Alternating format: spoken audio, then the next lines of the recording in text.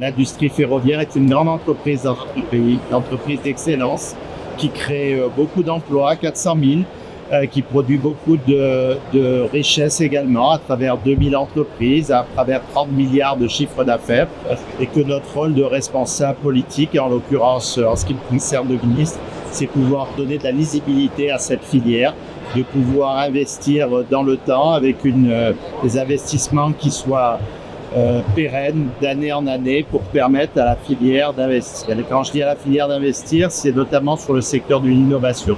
Ce qu'on a vu ce matin, c'est qu'il y a des techniques qui ont besoin d'arriver à maturité, mais qui le sont pour la plupart d'entre elles et qui vont permettre d'imaginer le transport de demain et le transport ferroviaire de demain en l'occurrence.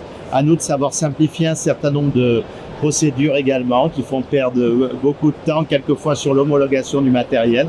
En tout cas, de savoir que les industriels sont prêts. Ils ont été accompagnés bien souvent par l'État à travers des projets, et notamment à travers France 2030. Tout ça nous montre qu'il y a une connexion très forte à la fois entre partenaires privés, partenaires publics, et que c'est dans l'intérêt du ferroviaire. Le TER est à la côte dans notre pays, ainsi que le TGV et des excellents chiffres de SNCF Voyageurs l'ont montré, à travers les trains d'équilibre des territoires également.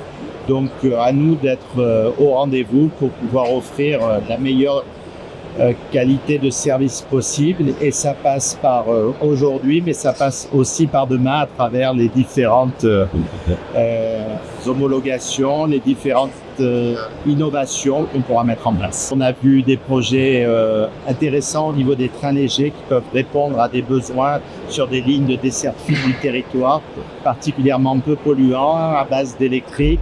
Je dirais que l'industrie est prête, à nous de savoir au niveau de la commande publique, parce que je rappelle que la commande publique est à hauteur de 90% encore, malgré l'ouverture à la concurrence, être au rendez-vous des industriels et surtout au rendez-vous du ferroviaire. Il n'y a rien de plus frustrant quelque part de voir que les commandes sont là, des commandes françaises, des commandes du monde entier, et qu'il est quelquefois difficile pour les industries de répondre à ces demandes en temps et en heure. Et quand on parle d'Alstom, qui est le fleuron français, européen, voire mondial, il y a d'autres constructeurs aussi qui sont dans la même situation. Donc je pense qu'il va falloir tirer tous les enseignements de ce rapport. Je le ferai en tout cas, et je souhaite que dans le cadre d'un travail commun, et qu'il ne soit pas forcément un travail concurrentiel, parce que je pense que les Européens ont tout intérêt à travailler ensemble, que la vraie concurrence, elle est dans d'autres pays, et notamment dans les pays asiatiques sur le matériel ferroviaire. On doit montrer qu'on est encore les meilleurs et qu'on doit pouvoir produire plus rapidement. Il y a des territoires dans notre pays qui ont besoin d'être réindustrialisés, et j'espère qu'on pourra le faire à travers ces commandes qui sont particulièrement importantes.